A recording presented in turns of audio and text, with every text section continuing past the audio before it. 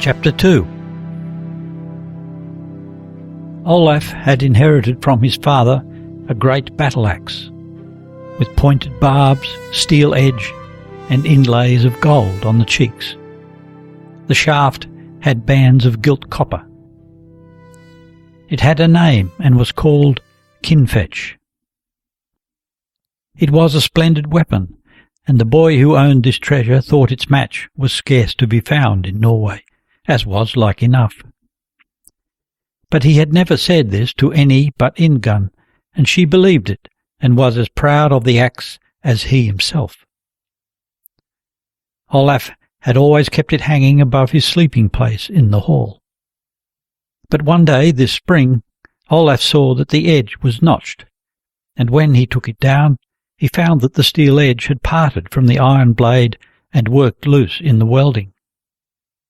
Olaf guessed it would be vain to try and find out who had used his axe and spoiled it, so he said nothing to any but Ingunn. They took counsel what he should do, and agreed that next time Steinfinn was from home, Olaf must ride to Hamar. There dwelt a famous armourer, and if he could not set it to rights, no man could. And one morning in the week before John's Mass, Ingunn came and told Olaf that today her father was going north to Kolbein, so it might be a timely occasion for them to go to the town next day. Olaf had not thought to take her with him. It was many years since either of the children had been in the town, and Olaf did not rightly know how far it was thither. But he had thought he might be home again to supper if he rode down early in the morning. But Ingunn had no horse of her own, and there was none in the place that he could take for her. If they were to take turns at riding his horse, Elk, they could not reach home again till far on in the night, and then it would be so that she must ride and he walk the whole time. That he well knew from the many times they had gone together to Mass in their parish church in the village below. And they would surely be very angry, Steinfinn and Ingeborg, if they heard that he had taken Ingunn with him to Hamar.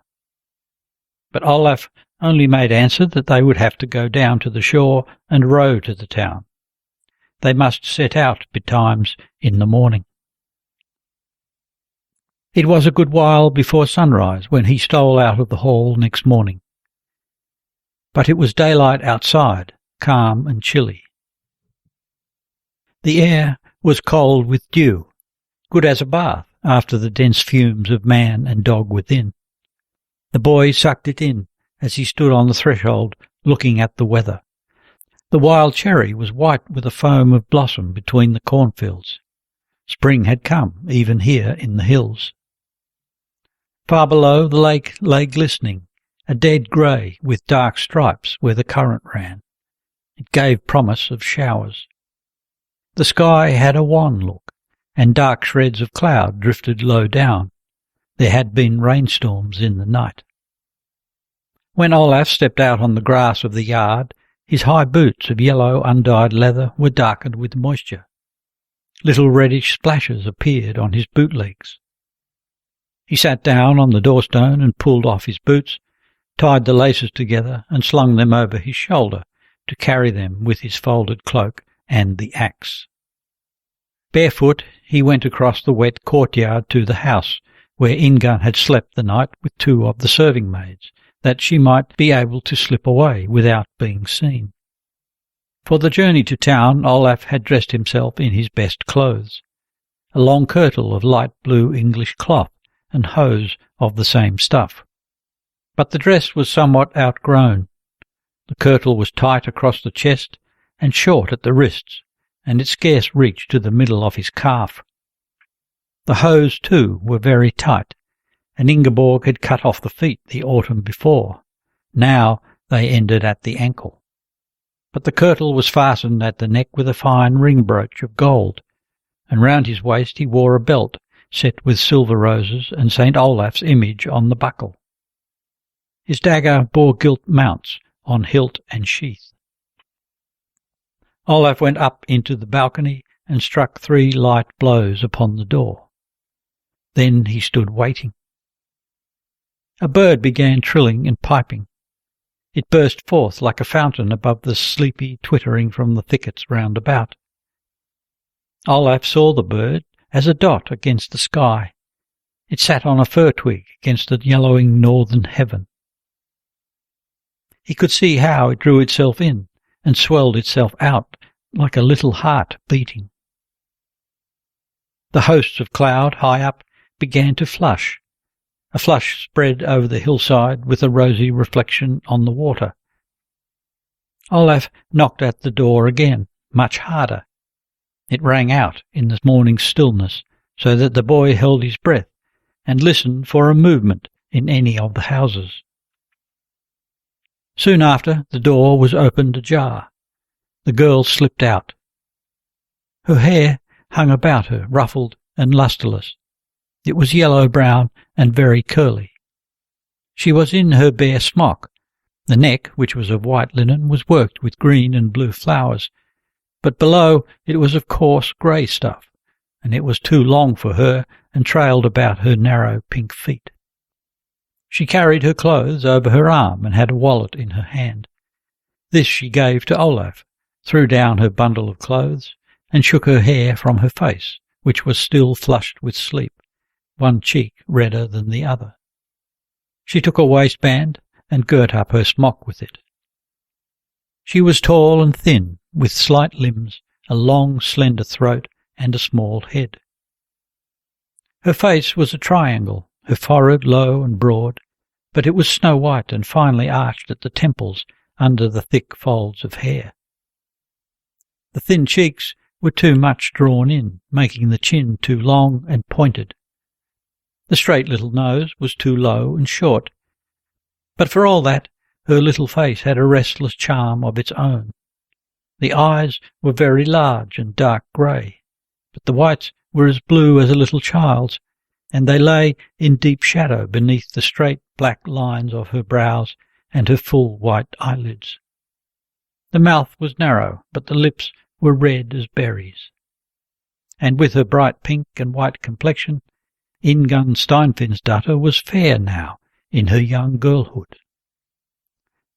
"Make haste," said Olav, as she sat on the stair, winding her linen hose tightly around her legs, and she took good time about it.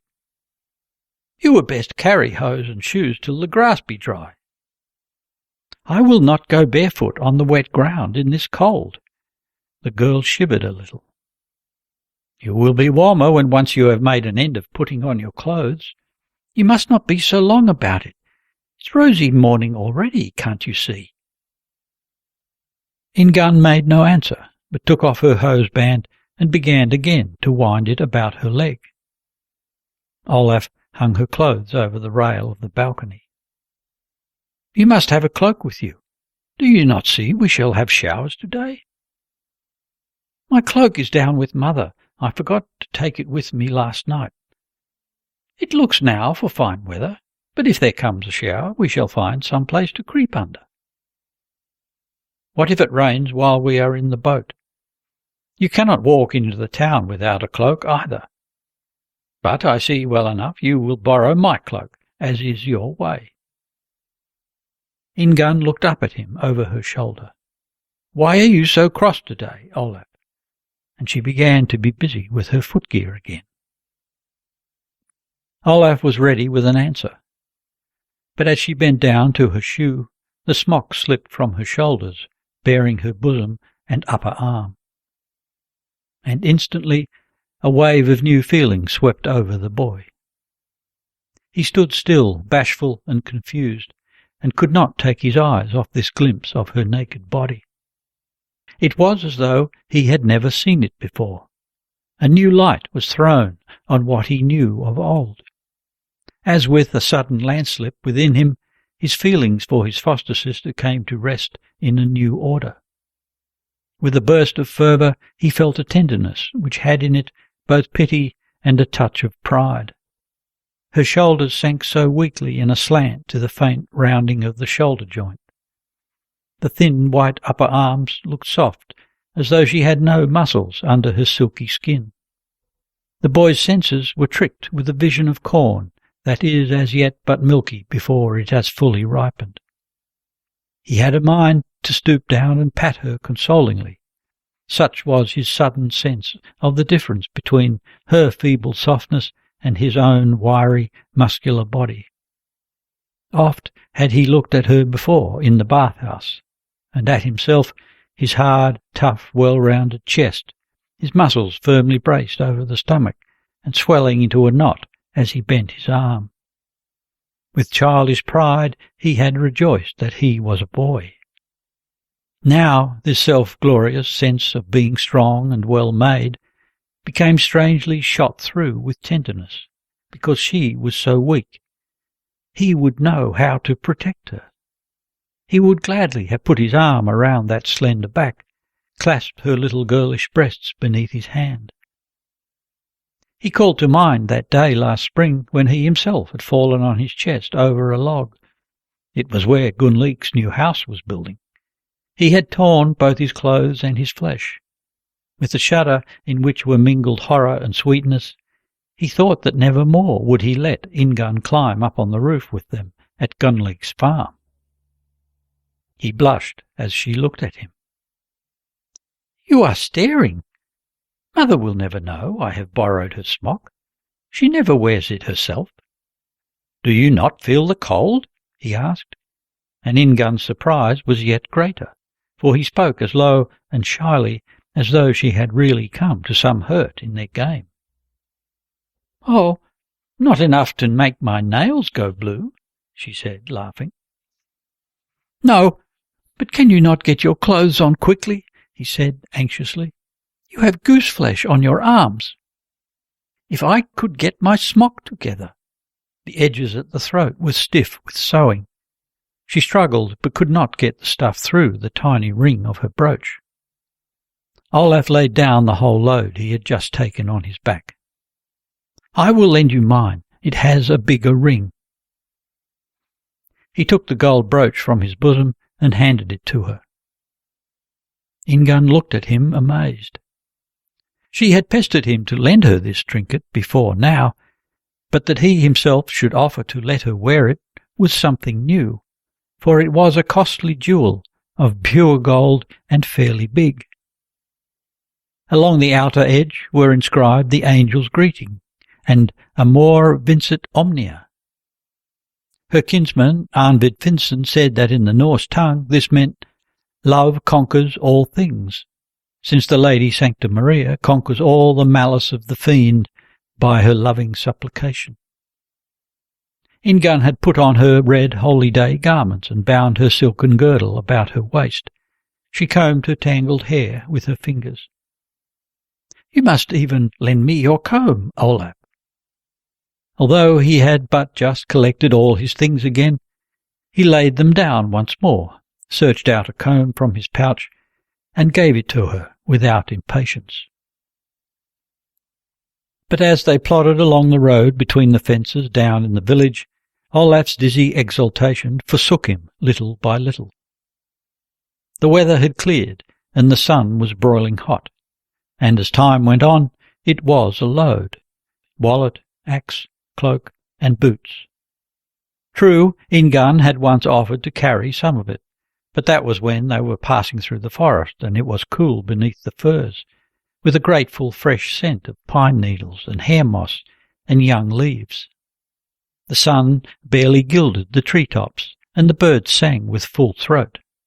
And then the boy was still swayed by his newborn emotion. She bade him stop. She had to plait her hair anew, for she had forgotten her hairband. Ah, yes, it was just like her. But her tawny mane waved so finely over her forehead as she loosened the braids, making shady hollows at the temples where the first short hairs lay close and curly. It softened his heart to look at it. So when she spoke of carrying, he only shook his head, and afterwards he heard no more of it.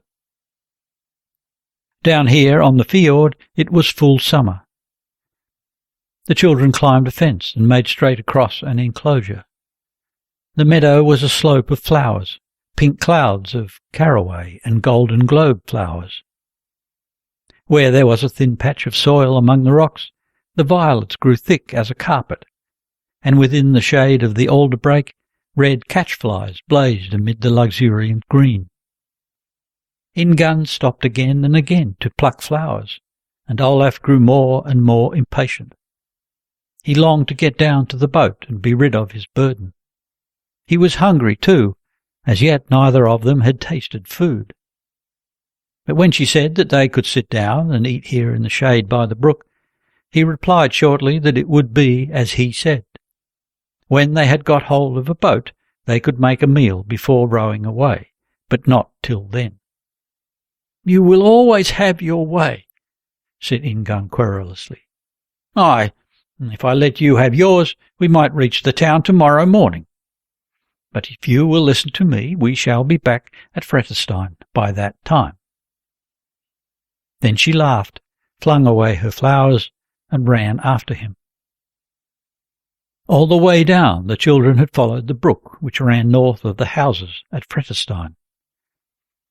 On nearing the village, it became a little river. On the flat, before it fell into the fjord, it spread out and ran broad and shallow over a bed of large, smooth stones. The lake here formed a great round bay, with a beach strewed with sharp grey rocks which had fallen from the mountainside. A line of old alder trees grew along the bank of the stream right out to the lake. At high water mark, where beach and greensward met, the path led by a cairn. The boy and the girl stopped, hurried through a paternoster and an ave, and then each threw a stone upon the cairn as a sign that they had done their Christian duty by the dead. It was said to be one who had slain himself, but it was so long ago that Olaf and Ingunn, at any rate, had never heard who the poor wretch might be. They had to cross the stream in order to reach the point where Olaf had thought he could borrow a boat. This was easy enough for him, who walked barefoot, but Ingunn had not gone many steps before she began to whimper. The round pebbles slipped under her feet, and the water was so cold, and she was spoiling her best shoes. "Just stand where you are, and I will come and fetch you," said Olaf, and waded back to her. But when he had taken her up in his arms, he could not see where he put his feet, and in the middle of the river he fell with her.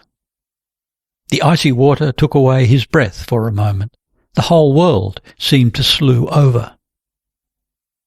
As long as he lived, this picture remained burnt into him, all that he saw as he lay in the stream with Ingunn in his arms, light and shade dropping in patches through the alder leaves upon the running water, the long grey curve of the beach beyond, and the blue lake glittering in the sunshine. Then he got to his feet, dripping wet and ashamed, strangely ashamed, with his empty arms, and they waded ashore. Ingunn took it ill as she swept the water from her sleeves and wrung out first her hair plaits and then the edge of her dress. "Oh, hold your mouth now," Olaf begged in a low and cheerless voice. "Must you always be whining over great things and small?" The sky was now blue and cloudless, and the fjord quite smooth, with small patches of glittering white sunshine. Its bright surface reflected the land on the other shore, with tufts of light green foliage amid the dark pine forest and farms and fields mounting the hillside. It had become very warm. The sweet breath of the summer day was heavy about the two young people. In their wet clothes, it felt cold merely to enter the airy shade of the birches on the point. The fisher widow's cot was no more than a turf hovel, boarded at one end, in which was a door. There was no other house in the place but a byre of stones and turf, with an open shed outside to keep the stacks of hay and dried leaves from the worst of the winter weather. Outside the cabin lay heaps of fish refuse. It stank horribly, and swarms of blue flies buzzed up as the children came near. These heaps of offal were alive and crawling with maggots. So as soon as Olaf had made known his errand, and the widow had answered that they might have the boat and welcome, He took the wallet and went off under the trees. It was an odd thing about Olaf that ever since he was a little boy, it had given him quite an absurd feeling of disgust to see maggots moving in anything. But Ingunn had brought with her a piece of bacon for the widow Aud. She came of the folk of Steinfinns' thralls, and now she was eager for news of the manor, so Ingunn was delayed a while. The boy had found a dry and sunny spot down by the water. There they could sit and dry themselves as they ate. Soon Ingunn came, carrying in her hands a bowl of fresh milk. And with the prospect of food, and now that it was settled about the boat, Olaf was suddenly glad at heart. It was grand, after all, to be out on his own errand, and to be going to Hamar. At heart he was well pleased, too, that Ingunn was with him. He was used to her following him everywhere, and if at times she was a little troublesome, he was used to that too. He grew rather sleepy after eating. Steinfinns' housecarls were not used to early rising. So he stretched himself on the ground with his head buried in his arms, letting the sun bake his wet back, and he made no more ado about the need of haste. All at once Ingunn asked if they should bathe in the fjord. Olaf woke and sat up. "The water is too cold." And all at once he turned red in the face and blushed more and more. He turned his head aside and stared at the ground. "I am freezing in my wet clothes," said Ingunn. "We shall be so fine and warm after it." She bound her plaits in a ring about her head, sprang up and loosened her belt. "I will not," muttered Olaf in a hesitating voice. His cheeks and brows pricked with heat. Suddenly he jumped up, and without saying more to her, turned and walked up the point into the grove of firs. Ingunn looked after him a moment. She was used to his being vexed when she would not do as he said. He would be cross for a while, till he grew kind again of himself. Calmly and caring nothing, she undressed and tottered out over the sharp grey stones which cut her feet, till she reached a little bank of sand. Olaf walked quickly over the grey moss which crunched under his feet. It was bone dry already on these crags that jutted into the lake. The firs stifled it with their vapour. It was not much more than a bowshot to the other side of the point. A great bare rock ran out into the water. Olaf leapt onto it and lay down with his face in his hands. Then the thought came to him, could she drown? Perhaps he ought not to have left her. But he could not go back. Down in the water it was as though a golden net quivered above stones and mud, the reflection of sunlight on the surface.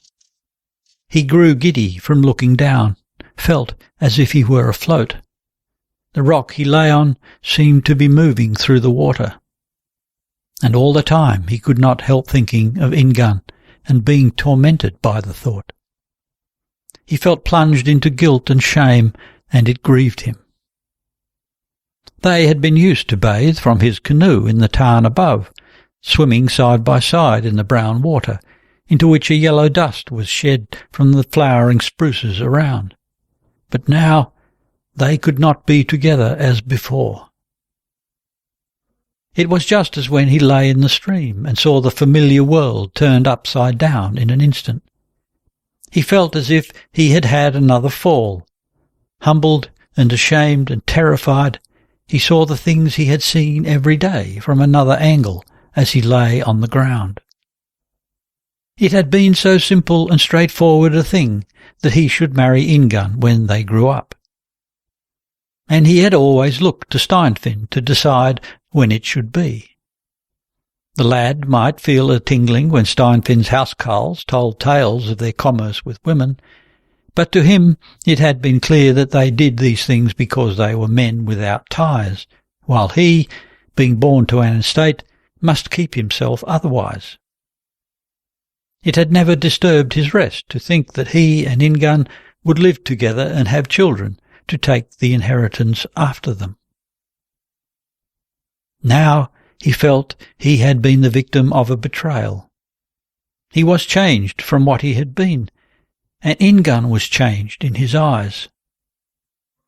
They were well nigh grown up, though none had told them this was coming, and these things the Steinfinns serving men and their womenfolk had to do with, they tempted him too.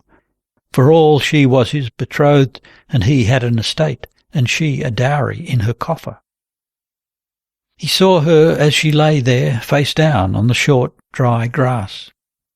She rested one arm beneath her breast, so that her dress was drawn tight over the gentle rounding of her bosom. Her tawny plaits wound snake-like in the heather.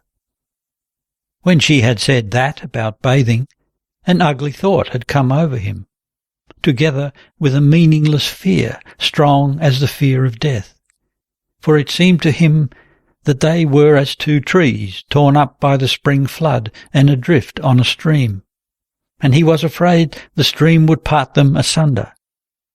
At that fiery moment he seemed to have full knowledge of what it meant to possess her and what to lose her.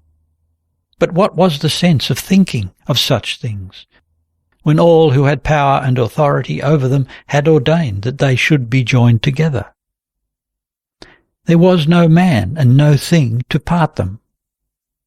None the less, with a tremor of anxiety, he felt his childish security shrivel up and vanish, the certainty that all the future days of his life were threaded for him like beads upon a string. He could not banish the thought that if Ingunn were taken from him, he knew nothing of the future. Somewhere deep down within him murmured the voice of a tempter. He must secure her, as the rude and simple serving men secured the coarse womenfolk they had a mind to.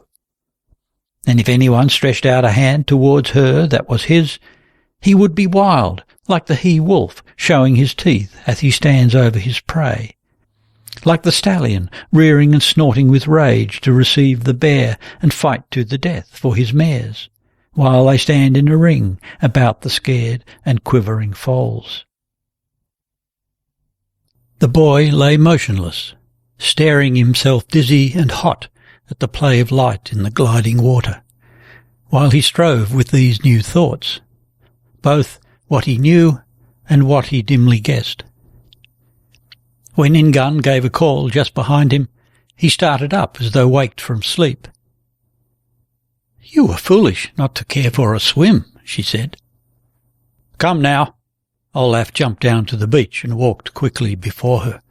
"We have stayed here far too long." After rowing a while, he grew calmer. It felt good to swing his body in steady strokes.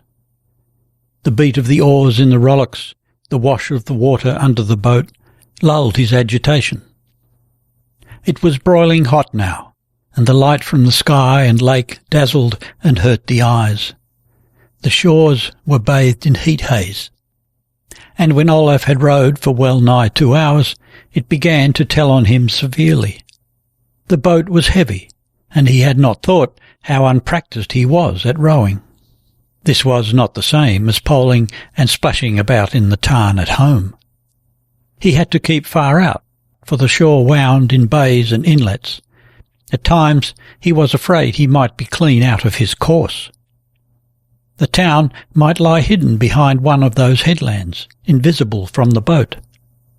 Perhaps he had already passed it. Olav saw now that he was in strange country. He remembered nothing from his last journey in these parts. The sun burned his back, the palms of his hands were sore, and his legs were asleep, so long had he sat with his feet against the stretcher. But the back of his neck ached worst of all. The lake gleamed far around the tiny boat. It was a long way to land on every side. Now and again he felt he was rowing against a current, and there was scarce any craft to be seen that day, whether far out or close under the shore. Olaf toiled at the oars, glum and morose, fearing he would never reach the town. Ingunn sat in the stern of the boat, facing the sun, so that her red kirtle was ablaze. Her face, under the shade of her velvet hood, was flushed with the reflection. She had thrown Olaf's cloak about her, for the air on the water was chill to her sitting still, she said. And then she had drawn the hood down to shade her eyes. It was a fine cloak of grey-green Flanders cloth, with a cowl of black velvet, one of the things Olaf had had from Hestviken. Ingunn had a well-dressed look in all the ample folds of her garments. She held one hand in the water, and Olaf felt an envy of the senses. How good and cool it must be. The girl looked fresh and unweary. She sat and took her ease.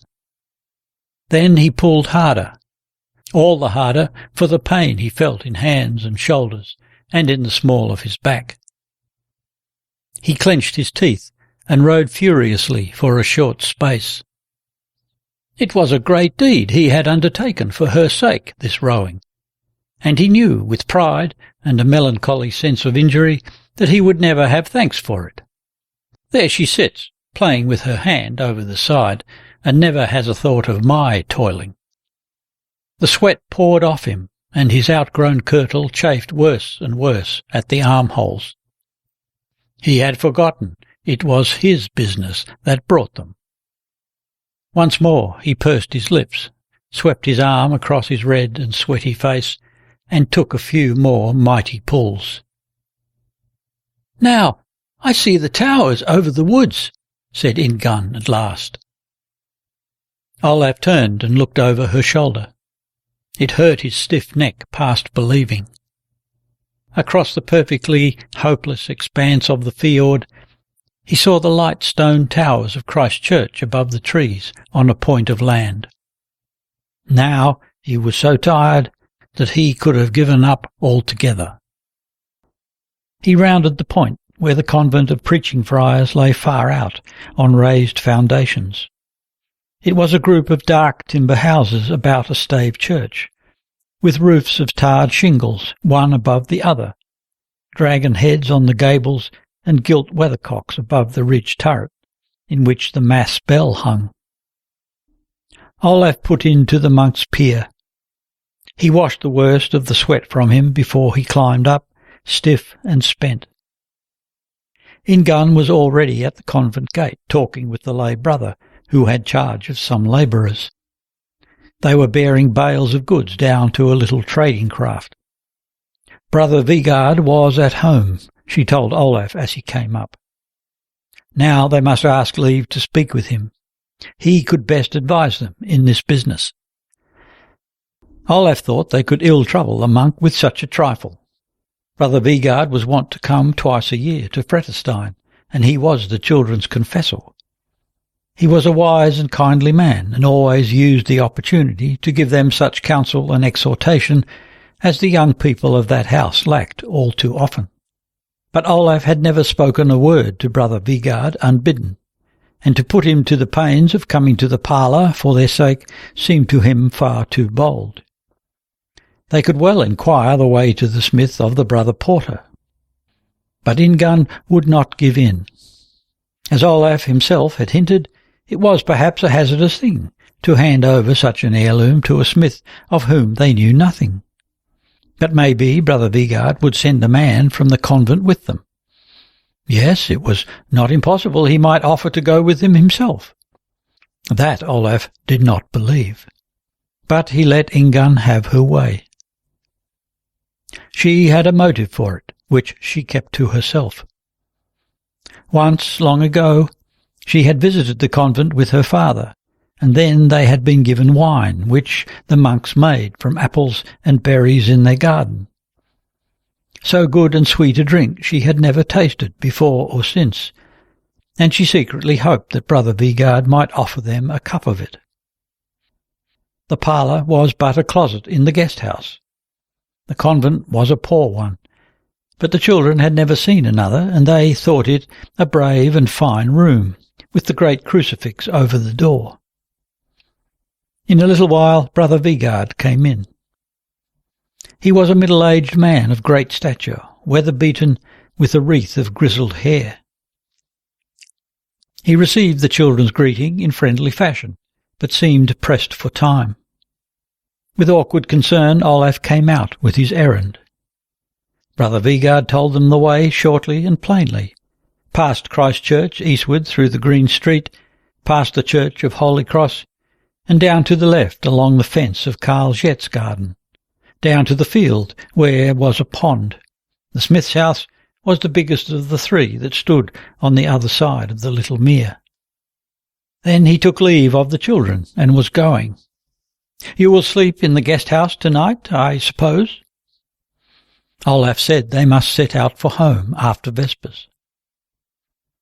"But milk you must have, and you will be here for vespers?" They had to say yes to this, but Ingunn looked a little disappointed. She had expected to be offered other than milk, and she had looked forward to hearing vespers in the minster. The boys of the school sang so sweetly. But now they durst not go elsewhere than at St. Olaf's.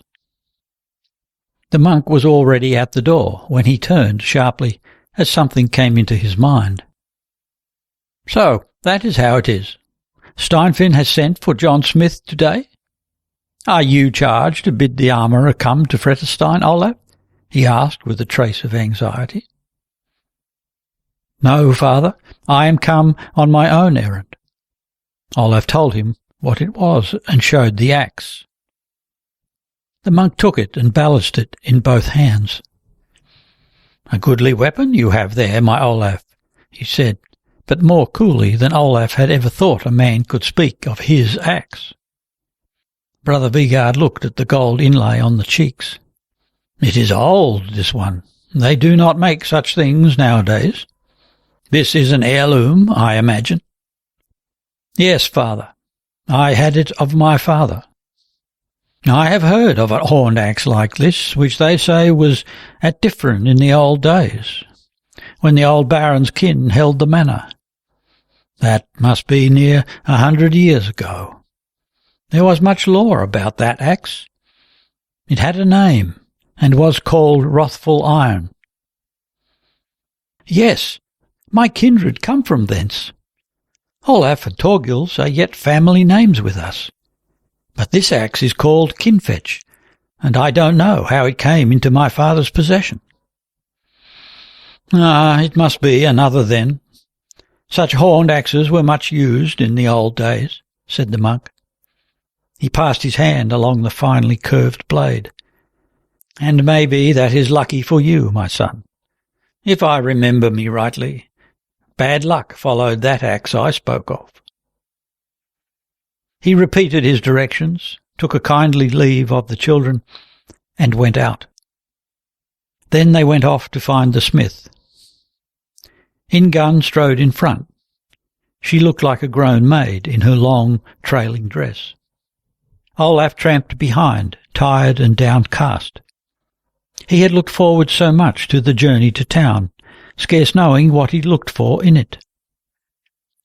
Whenever he had been here before, it was in the company of grown men, and it had been a fair day in the town. To his serious and inquiring eyes all had been excitement and festivity. The bargaining of the men, the booths, the houses, the churches they had been in. They had been offered drink in the houses, and the street had been full of horses and folk. Now he was only a raw youth wandering about with a young girl, and there was no place where he could turn in. He knew no one, had no money, and they had not time to enter the churches. In an hour or two they must set out for home. And he had an unspeakable dread of the endless rowing, and then the walk up through the fields. God alone knew what time of night they would reach home.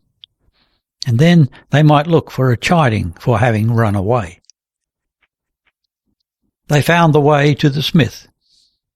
He looked at the axe well and long, turned it this way and that, and said it would be a hard matter to mend it. These horned axes had gone well nigh out of use. It was not easy to fit an edge on them that would not spring loose with a heavy blow, on a helm to wit, or even on a tough skull. This came from the shape of the blade, a great half-moon with barbs at either end. He would do his best, but he could not promise that the gold inlay should come to no harm by his welding and hammering.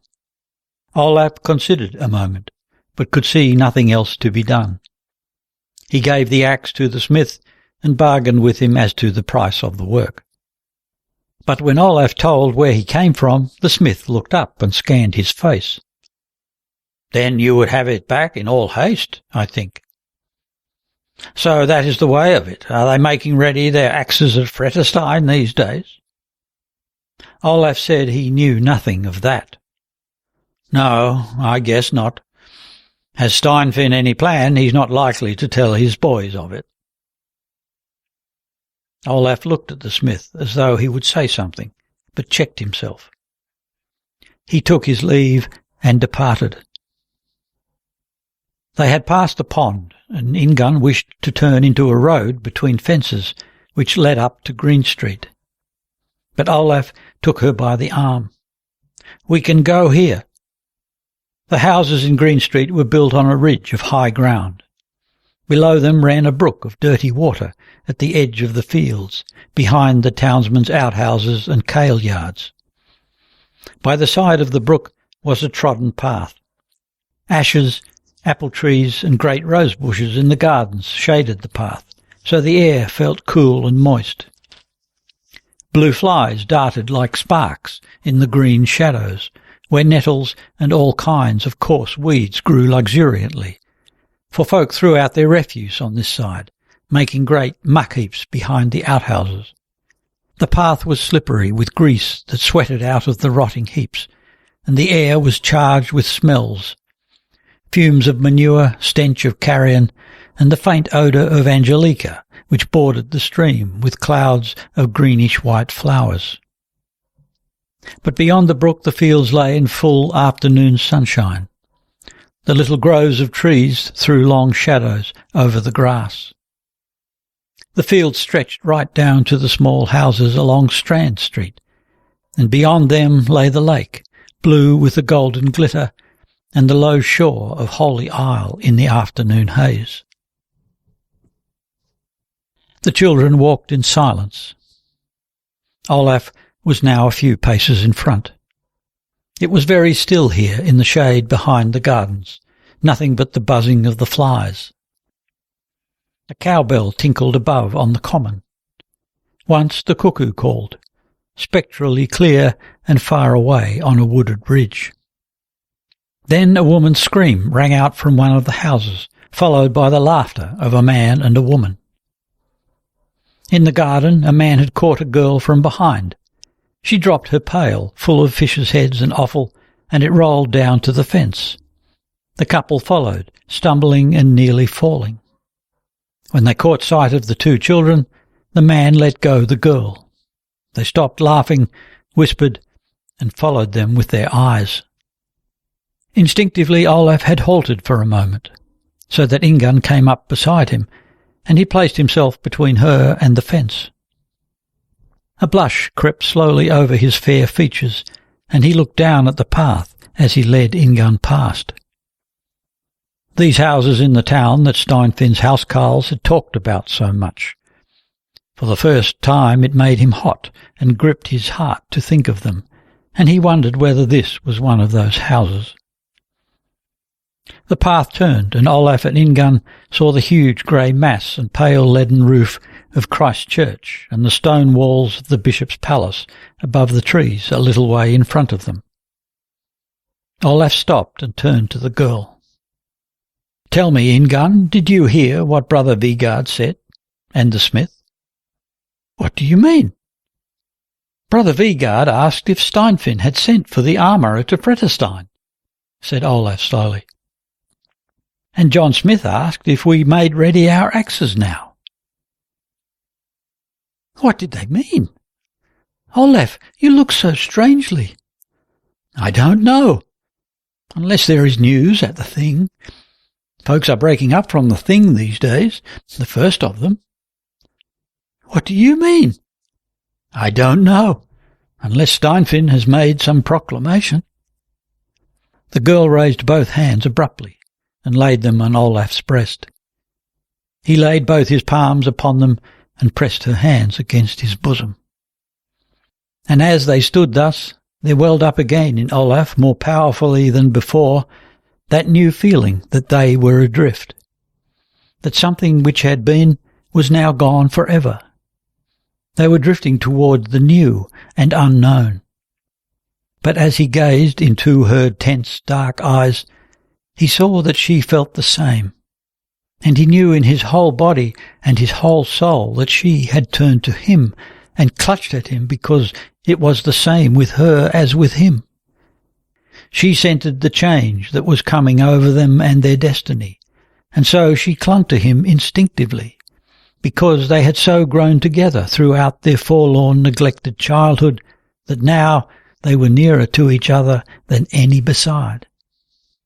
And this knowledge was unutterably sweet. And while they stood motionless, looking into each other's face, they seemed to become one flesh, simply through the warm pressure of their hands. The raw chill of the pathway that went through their wet shoes, the sunshine that poured warmly over them, the strong blended smell that they breathed in, the little sounds of the afternoon, they seemed to be aware of them all with the senses of one body. The pealing of the church bells broke in upon their mute and tranquil rapture. The mighty brazen tones from the minster tower, the busy little bell from Holy Cross Church, and there was a sound of ringing from St. Olaf's on the point.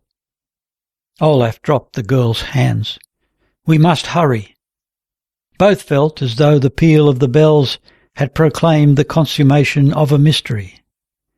Instinctively they took hands, as though after a consecration, and they went on hand in hand until they reached the main street. The monks were in the choir, and had already begun to chant vespers as Olaf and Ingunn entered the dark little church. No light was burning except the lamp before the tabernacle and the little candles on the monks' desks. Pictures and metal ornaments showed but faintly in the brown dusk which gathered into gloom under the crossed beams of the roof. There was a strong smell of tar, of which the church had recently received its yearly coat, and a faint, sharp trace of incense left behind from the day's mass. In their strangely agitated mood, they remained on their knees inside the door, side by side, and bowed their heads much lower than usual as they whispered their prayers with unwonted devotion. Then they rose to their feet and stole away to one side and the other. There were but few people in the church. On the men's side sat some old men, and one or two younger knelt at the narrow aisle. They seemed to be the convent's labourers. On the women's side he saw none but Ingunn. She stood leaning against the farthest pillar, trying to make out the pictures painted on the baldachin over the side altar. Olaf took a seat on the bench. Now he felt again how fearfully stiff and tired he was all over. The palms of his hands were blistered. The boy knew nothing of what the monks sang. Of the Psalms of David he had learnt no more than the Miserere and De Profundis, and those but fairly well. But he knew the chant, saw it inwardly as a long, low wave that broke with a short, sharp turn and trickled back over the pebbles. And at first, whenever they came to the end of a psalm and sang, he whispered the response. The monk who led the singing had a fine, deep, dark voice. In drowsy well-being Olaf listened to the great male voice, which rose alone, and to the choir joining in verse after verse throughout the psalms. After all the varied emotions of the day, peace and security fell upon his soul as he sat in the dark church looking at the white-clad singers and the little flames of the candles behind the choir screen. He would do the right and shun the wrong, he thought. Then God's might and compassion would surely aid him, and save him in all his difficulties. Pictures began to swarm before his inner vision. The boat, Ingunn with the velvet hood over her fair face, the glitter on the water behind her, the floorboards covered with shining fish scales, the dark, damp path among nettles and angelica, the fence they had climbed, and the flowery meadow through which they had run, the golden net over the bottom of the lake. All these scenes succeeded one another behind his closed and burning eyelids. He woke as Ingunn took him by the shoulder. "You have been asleep," she said reprovingly. The church was empty, and just beside him the south door stood open to the green cloister garth in the evening sun. Olaf yawned and stretched his stiff limbs. He dreaded the journey home terribly. This made him speak to her a little more masterfully than usual. "'Twill soon be time to set out, Ingunn." "Yes," she sighed deeply.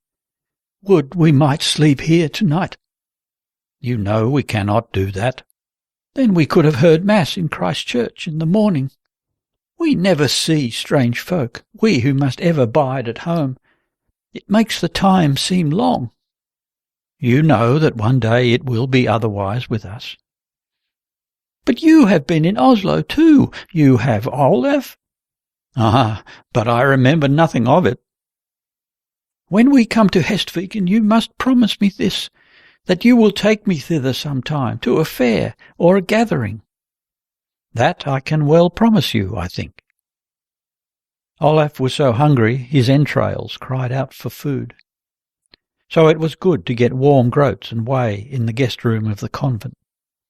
But he could not help thinking all the time of the row home. And then he was uneasy about his axe. But now they fell into talk with two men who also sat at meat in the guest-house. They came from a small farm that lay by the shore a little to the north of the point where Olaf and Ingunn were to land, and they asked to be taken in their boat, but they would prefer to stay until after Compline. Again Olaf sat in the dark church listening to the deep male voices which chanted the great king's song to the King of Kings. And again the images of that long, eventful day flickered behind his weary eyelids. He was on the point of falling asleep. He was awakened by the voices changing to another tune. Through the dark little church resounded the hymn. "Ere daylight be gone, we pray thee, Creator of the world, that of thy mercy thou wilt be our guide and guardian. May the visions and spectres of the night be far from us. Hold back our enemy, lest our bodies be defiled. Hear our prayer, O Father, most holy, and thou, only begotten Son, equal to the Father, who, with the Holy Ghost, the Comforter, reignest for ever and ever." He knew this hymn. Arnvid Finsen had often sung it to them in the evening, and he knew pretty well what the words meant in Norse. He let himself sink stiffly on his knees at the bench, and with his face hidden in his hands, he said his evening prayers. It had clouded over when they went down to the boat. The sky was flecked with grey high up, and the fjord was leaden with dark stripes. The wooded slopes on both sides seemed plunged in darkness. The strangers offered to row, and so Olaf sat in the stern with Ingunn. They shot forward at a different pace now, under the long, steady strokes of the two young peasants. But Olaf's boyish pride suffered no great injury nevertheless. It was so good to sit and be rowed. After a while a few drops of rain fell. Ingunn spread out the folds of the heavy cloak and bade him come closer. So they both sat wrapped in it, and he had to put an arm around her waist. She was so slender and warm and supple, good to hold clasped. The boat flew lightly through the water in the blue dusk of the summer night.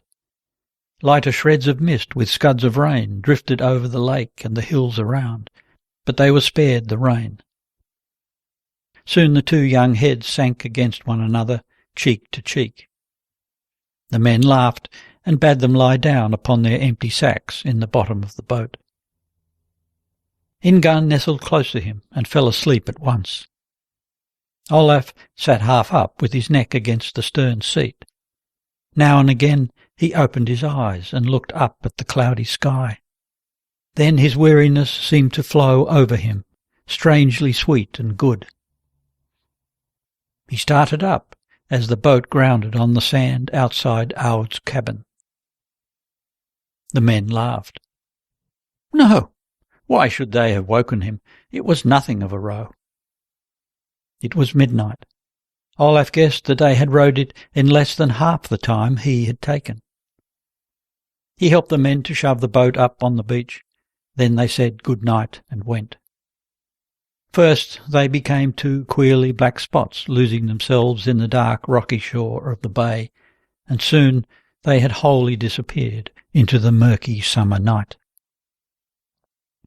Olaf's back was wet with bilge water, and he was stiff from his cramped position.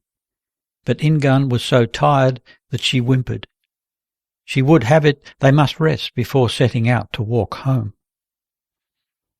Olaf himself would have best liked to go at once. He felt it would have suppled his limbs so pleasantly to walk in the fresh, cool night, and he was afraid of what Steinfinn would say if he had come home. But Ingunn was too tired, he saw, and they both dreaded to pass the cairn or to be out at all in the dead of night.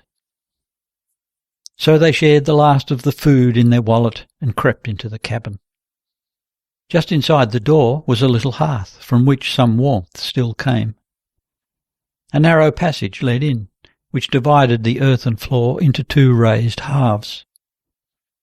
On one side they heard Aud snoring. They felt their way among utensils and gear to the couch which they knew was on the other side. But Olaf could not fall asleep. The air was thick with smoke even down to the floor, and it hurt his chest, and the smell of raw fish and smoked fish and rotten fish was not to be borne, and his worn limbs twinged and tingled. Ingunn lay uneasily, turning and twisting in the darkness. "I have no room for my head. Surely there is an earthen pot just behind me." Olaf felt for it and tried to push it away. But there was so much gear stowed behind, it felt as if it would all clatter down on them if he moved anything. Ingunn crawled further down, doubled herself up, and lay with head and arms on his chest. "Do I crush you?" In a moment she was fast asleep. After a while he slipped from under the warm body, heavy with sleep. Then he got his feet down on the passage, stood up, and stole out. It was already growing light. A faint cold air, like a shudder, breathed through the long limber boughs of the birches and shook down a few icy drops. A pale gust blew over the steel-grey mirror of the lake. Olaf looked inland. It was so inconceivably still. There was as yet no life in the village. The farms were asleep, and fields and meadows and groves were asleep, pale in the grey dawn. Scattered over the screes behind the nearest houses stood a few spruce firs, as though lifeless, so still and straight were they. The sky was almost white, with a faint yellow tinge in the north above the black tree-tops. Only high up floated a few dark shreds of the night's clouds. It was so lonely to be standing here, the only one awake, driven out by this new feeling which chased him incessantly farther and farther away from the easy self-confidence of childhood. It was about this hour yesterday that he had risen. It seemed years ago. He stood shy and oppressed at heart, listening to the stillness. Now and again there was the clatter of a wooden bell. The widow's cow was moving in the grove. Then the cuckoo called, unearthly clear and far away somewhere in the dark forest, and some little birds began to wake. Each of the little sounds seemed only to intensify the immense hush of space. Olaf went to the byre and peeped in, but drew his head back at once before the sharp scent of lye that met him. But the ground was good and dry under the lean-to roof, brown and bare, with some wisps from the winter's stacks of hay and leaves. He lay down, rolled up like an animal, and went to sleep in a moment. He was awakened by Ingunn shaking him. She was on her knees beside him. "Have you lain out here?" "It was so thick with smoke in the cabin." Olaf rose to his knees and shook the wisps and twigs from his clothes. The sun came out above the ridge, and the tops of the firs seemed to take fire as it rose higher. And now there was a full-throated song of birds all through the woods. Shadows still lay over the land and far out on the deep blue lake, but on the other side of the water the sunshine flooded the forest and the green hamlets on the upper slopes. Olaf and Ingunn remained on their knees, facing one another as though in wonder. And without either saying anything, they laid their arms on each other's shoulders and leaned forward. They let go at the same time and looked at each other with a faint smile of surprise. Then Olaf raised his hand and touched the girl's temples. He pushed back the tawny, dishevelled hair. As she let him do it, he put his other arm about her, drew her toward him, and kissed her long and tenderly on the sweet, tempting pit under the roots of her hair. He looked into her face when he had done it, and a warm tingling ran through him. She liked him to do that. Then they kissed each other on the lips, and at last he took courage to kiss her on the white arch of her throat. But not a word did they say. When they stood up, he took the empty wallet and his cloak and set out. And so they walked in silence, he before and she behind, along the road through the village, while the morning sun shed its light farther and farther down the slopes. On the higher ground, folk were already astir on all the farms. As they went through the last of the woods, it was full daylight.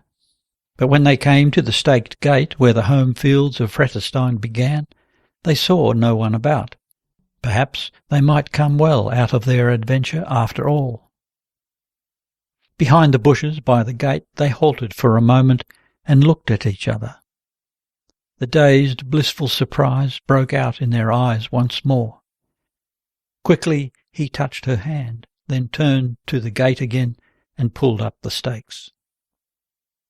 When they entered the courtyard, the door of the byre stood open, but no one was to be seen. Ingunn made for the loft room where she had slept the night before. All at once she turned and came running back to Olaf. "Your brooch!" She had taken it off and now held it out to him. "You may have it. I will give it to you," he said quickly. He took off her little one, which he had worn instead, and put it in her hand, which held the gold brooch. "No, you are not to give me yours in exchange. I have brooches enough, I think." He turned abruptly, blushing, ran from her grasp, and strode off rapidly toward the hall. He drew a deep breath, much relieved, after all, to find that the rooms beyond were empty.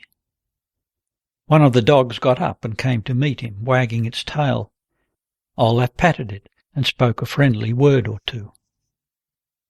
He stretched himself and yawned with relief on getting off his tight clothes. The coat had chafed him horribly under the arms.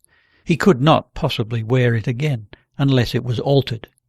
Ingunn could do that. As he was about to fling himself into his sleeping place, he saw that there was already a man lying there. "Are you all come home now?" asked the other drowsily. Olaf knew by the voice it was Arnvid Finnsson. "No, it's just me. I had an errand in the town," he said, as calmly as if there were nothing strange in his going to Hamar on business of his own. Arnvid grunted something. In a moment they were both snoring.